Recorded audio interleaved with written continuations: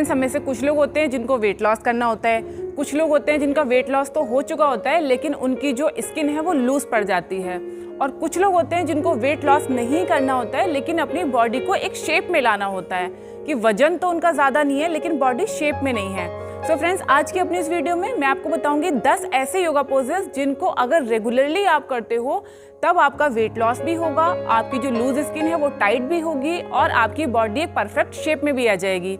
इन योगासन्स को आपको मेरे साथ साथ करना है। जितना देर का मैंने होल्ड बताया है उतना देर आपको होल्ड करना है। जो प्रिकॉशंस मैं आपको बताती रहूंगी वो प्रिकॉशन आपको लेके इन योगासन्स को करना है। सो फ्रेंड्स, चलिए बिना देरी के आज की योगासन्स शुरू करते हैं। Welcome to my channel stay fit with अभिलाषा।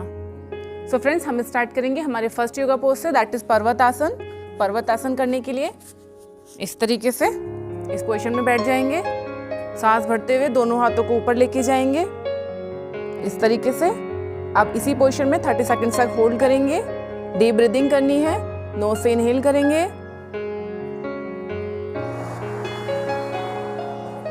और मुंह से एक्सहेल करेंगे। गर्दन बिल्कुल सामने की तरफ रहेगी, हाथ बिल्कुल सीधे रहेंगे। इस आसन को आप पद्मासन की स्थिति में बैठकर भी कर सकते हैं। इस आसन को करने से हमारी पेट की मांसपेशियों पर खिंचाव आता है जिससे हमारा पेट का मोटापा कम होता है। इसके अलावा ये हमारी कमर की मांसपेशियों को मजबूत बनाती है जिससे हमारा पोस्चर सही रहता है, हमारी कमर का मोटापा कम होता है। अब हम करेंगे हमारा अगला योगासन, दैट इज अधोमुख स्वानासन। अधोमुख स्वानासन करने के लिए इस तरीके से अपने दोनों हाथों को अपने शोल्डर के नीचे रख लेंगे, अपने घुटनों को ऊपर उठा देंगे। इस तरीके से अपनी एड़ियों को जमीन से टच कराएंगे, अपने हिप्स को जितना हो सके ऊपर की तरफ स्ट्रेच करेंगे। इस तरीके से एड़ियों को नीचे टिकाते हुए इसी पोजीशन में होल्ड करेंगे अगले 30 सेकंड तक। नॉर्मल ब्रीदिंग करते रहेंगे।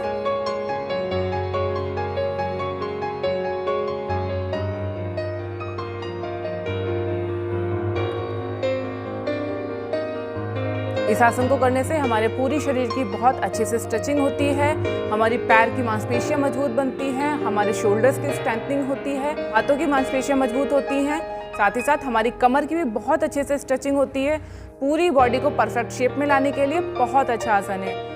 अब हम करेंगे हमारा अगला योगासन, दैट इज वृक्षासन।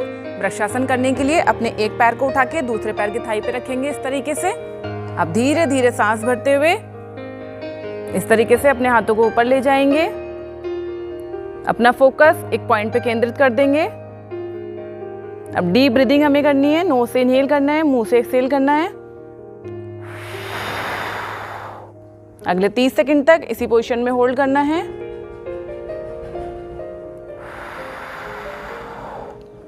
इस आसन को करने से हमारी पूरी बॉडी की अच्छे से स्ट्रेचिंग होती है, पूरी बॉडी का पोस्चर सही रहता है, पेट के फैट को रिड्यूस करने में काफी हेल्पफुल है, हमारी पैरों को स्ट्रेंथनिंग होती है। अगर स्टार्टिंग में आप इस पोज को नहीं कर पा रहे हो तो आप किसी सपोर्ट के साथ खड़े होकर भी इस पोजीशन को कर सकते हो। दूसरे पैर से रिपीट करेंगे।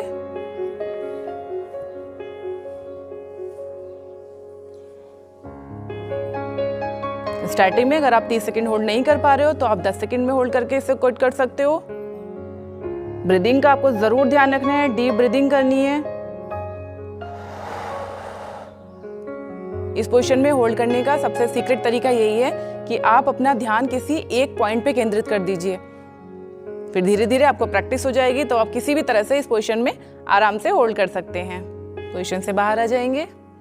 अब हम करेंगे हमारा अगला योगासन, दैट इज भुजंग आसन। भुजंग आसन करने के लिए इस तरीके से मैट पे उल्टे लेट जाएंगे, अपने पेट के बल इस तरह से लेट जाएंगे, पैरों को पीछे की तरफ बिल्कुल सीधा रखेंगे, अपने हाथों को अपने शोल्डर के नीचे रखेंगे, आगे से अपनी गर्दन को ऊपर उठाएंगे और 30 सेकंड तक इसी पोजीशन में होल्ड करेंगे।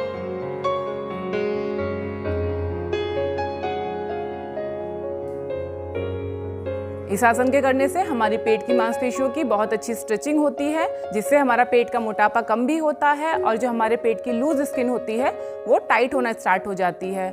ये आपके कंधों को मजबूती देता है, आपके हाथों की मांसपेशियों को मजबूत बनाता है और आपके चेहरे के फैट को कम करता है। अब हम करेंगे हमारा अगला योगासन, दैट इज फलक आसन। फलक आसन करने के लिए इस तरीके से पोजीशन लेंगे, अपने दोनों हाथों को अपनी एल्बो पे इस तरीके से टिकाएंगे, अपने एक पैर को इस तरह से पीछे लेके जाएंगे, दूसरे पैर को पीछे लेके जाएंगे। अब अपनी बॉडी का पूरा वेट अपनी एल्बोज अपने टोस पे रखेंगे, नॉर्मल ब्रीदिंग करते रहेंगे और इसी पोजीशन में अगले 30 सेकंड के लिए होल्ड करेंगे। फलक आसन को हम प्लैंक पोज भी बोलते हैं। इस पोजीशन में होल्ड करने से हमारी पेट की मांसपेशियां मजबूत होती हैं। पेट की मांसपेशियां मजबूत होने का सबसे बड़ा फायदा ये होता है कि अगर आपकी कमर में किसी भी तरह का कोई दर्द है या आपको कमर की जो मांसपेशियां हैं उनमें किसी भी तरह कोई वीकनेस है तो वो आपकी दूर हो जाती है। स्पेशली वुमेन में कमर दर्द की प्रॉब्लम बहुत ही कॉमन है। अगर आपको कमर दर्द की प्रॉब्लम है तब आपको फलक आसन में कुछ देर के लिए होल्ड जरूर करना चाहिए। अब हम करेंगे हमारा अगला आसन, दैट इज धनुरासन। धनुरासन करने के लिए इस तरीके से मैट पर पेट के बल लेट जाएंगे, अपने पैरों के बीच में इस तरह से थोड़ा सा स्पेस देंगे, अपने घुटनों से अपने पैरों को इस तरह से मोड़ेंगे, अपनी एंकल को अपने हाथों से इस तरह से पकड़ेंगे और फिर आगे से अपनी अपर बॉडी को ऊपर की तरफ उठाएंगे, पीछे से अपने थाइस को इस तरह से उठाएंगे। इसी पोजीशन में 30 सेकंड के लिए होल्ड करेंगे।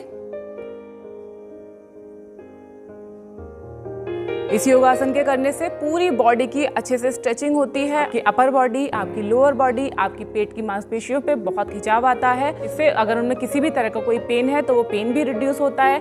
साथ ही साथ आपके थाई के फैट को रिड्यूस करने के लिए, आर्म्स के फैट को रिड्यूस करने के लिए बहुत फायदेमंद है। अगर आपकी कमर के निचले हिस्से में दर्द है तब आपको कुछ देर के लिए इस आसन में ज़रूर होल्ड करना चाहिए। यह आसन ना सिर्फ आपकी पूरी बॉडी की स्ट्रेचिंग करता है, साथ ही साथ पूरी बॉडी के फैट को रिड्यूस करने में भी बहुत कारगर है। अब हम करेंगे हमारा अगला योगासन, दैट इज नौकासन। नौकासन करने के लिए इस तरीके से पोजीशन ले लेंगे, दोनों पैरों को सामने की तरफ रखेंगे। इसको करने का सबसे आसान तरीका है कि आप मैट पे इस तरीके से बिल्कुल सीधे लेट जाइए। सीधे लेटने के बाद अपने पैरों को ऊपर उठाएंगे इस तरह से और धीरे से अपनी अपर बॉडी को ऊपर उठाएंगे, सामने की तरफ स्ट्रेच करते हुए इस पोजीशन में अगले 30 सेकंड के लिए होल्ड करेंगे। नौकासन हमारी पेट की मांसपेशियों पे बहुत अच्छा वर्क करता है। अगर आप अपना बेली फैट रिड्यूस करना चाहते हो, आपका आफ्टर डिलीवरी जो पेट लूज पड़ जाता है उसको आप कम करना चाहते हो, आपको नौकासन जरूर करना चाहिए। आपको ध्यान ये रखना है कि अगर आपका पीरियड्स का टाइम चल रहा है तब आपको इस आसन को अवॉइड करना है। डिलीवरी के बाद आपके स्टिचेस हील हो जाने के बाद आप आराम से इस आसन को कर सकते हो। स्टार्टिंग में अगर आप इस आसन को नहीं कर पा रहे हो तब आप अपने पैरों को होल्ड करके नौकासन कर सकते हैं। फिर धीरे धीरे जैसे आपको प्रैक्टिस हो जाएगी फिर आप इस मुद्रा में आके नौकासन कर सकते हैं। अब हम करेंगे हमारा अगला योगासन, अर्धकटी चक्रासन। अर्धकटी चक्रासन करने के लिए अपने हाथों को इस तरह से आपस में ज्वाइन करेंगे। अब धीरे से एक साइड में आराम से ऐसे बेंड होना है, पैरों को बिना मोड़े हाथों को सीधा रखते हुए इस तरह से बेंड होंगे और इसी पोजीशन में अगले 30 सेकंड के लिए होल्ड करेंगे। इसको करने से हमारे साइड की मसल्स स्ट्रेच होती हैं, जो हमारे कमर के साइड का फैट है वो रिड्यूस होता है। नॉर्मल ब्रीदिंग करते रहना है, पैरों का ध्यान रखना है, पैरों को आपको मोड़ना नहीं है, सीधे रखने हैं।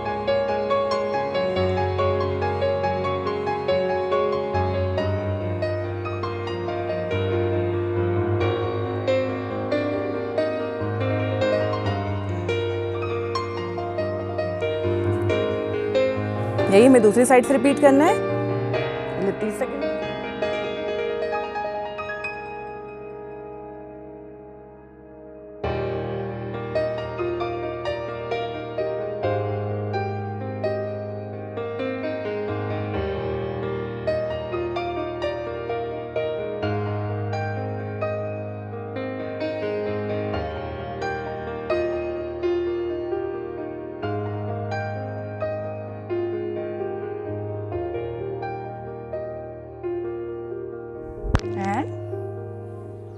बैक।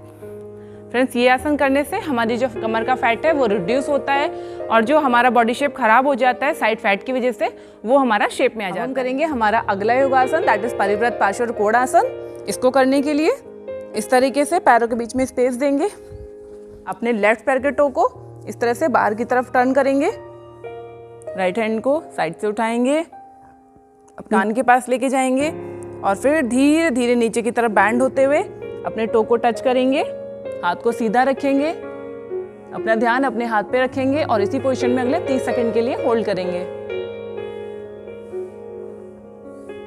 इस आसन के करने से हमारी पूरी बॉडी की स्ट्रेचिंग होती है, हमारी लेग की स्ट्रेचिंग होती है, हमारे बैक की स्ट्रेचिंग होती है। हमारे बैक या हमारे पैर पे जो एक्स्ट्रा चर्बी होती है वो इससे रिड्यूस होती है, ब्लड का सर्कुलेशन बढ़ता है, बॉडी की मोबिलिटी इंक्रीज होती है। हमारे इम्यूनिटी सिस्टम को स्ट्रॉन्ग करने के लिए भी ये आसन बहुत ज़रूरी है।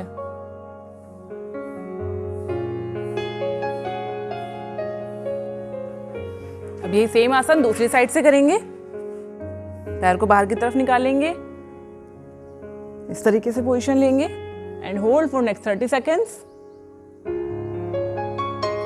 हाथ को बिल्कुल सीधा रखना है।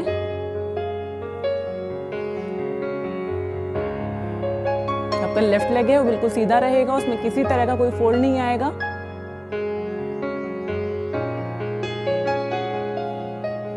नॉर्मल ब्रीदिंग करते रहेंगे।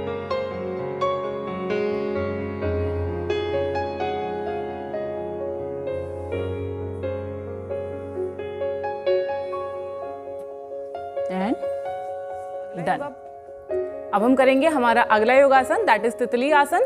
तितली आसन करने के लिए अपने दोनों पैरों को इस तरह से आपस में ज्वाइन करेंगे, अपनी बॉडी के क्लोज लेके आएंगे, अपने हाथों को आपस में इस तरह से इंटरलॉक करेंगे, पैरों के नीचे इस तरह से रखेंगे। अब हाथ को और कमर को बिल्कुल सीधा रखेंगे और धीरे धीरे अपने पैरों से इस तरह से फ्लिप फ्लॉप करेंगे।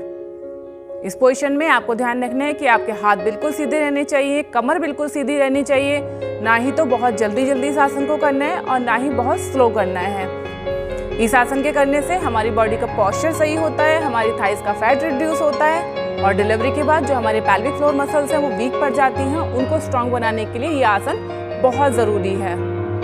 इस आसन के करने से हमारे पैरों की मांसपेशियां मजबूत होती हैं और हमारा कंसंट्रेशन लेवल बढ़ता है। महिलाओं के लिए ये आसन बहुत ही ज़रूरी है, चाहे आप किसी भी उम्र में हो, इस आसन को आपको ज़रूर करना चाहिए। फ्रेंड्स, आई होप आपको योगा पोजेस पसंद आए होंगे, आपने इसको एंजॉय किया होगा। आपको योगा करने से किस तरह के डिफरेंसेस अपनी बॉडी में दिखाई दिए मुझे कमेंट्स करके ज़रूर बताइए। अगर आपने चैनल को सब्सक्राइब नहीं किया है तो चैनल को सब्सक्राइब ज़रूर कर लीजिए, क्योंकि इस तरह के हेल्थ, फिटनेस और एक्सरसाइज रिलेटेड वीडियोस लगातार मेरे चैनल पे आते रहते हैं। अपना ध्यान रखिए, खुश रहिए, फिट रहिए। Thank you.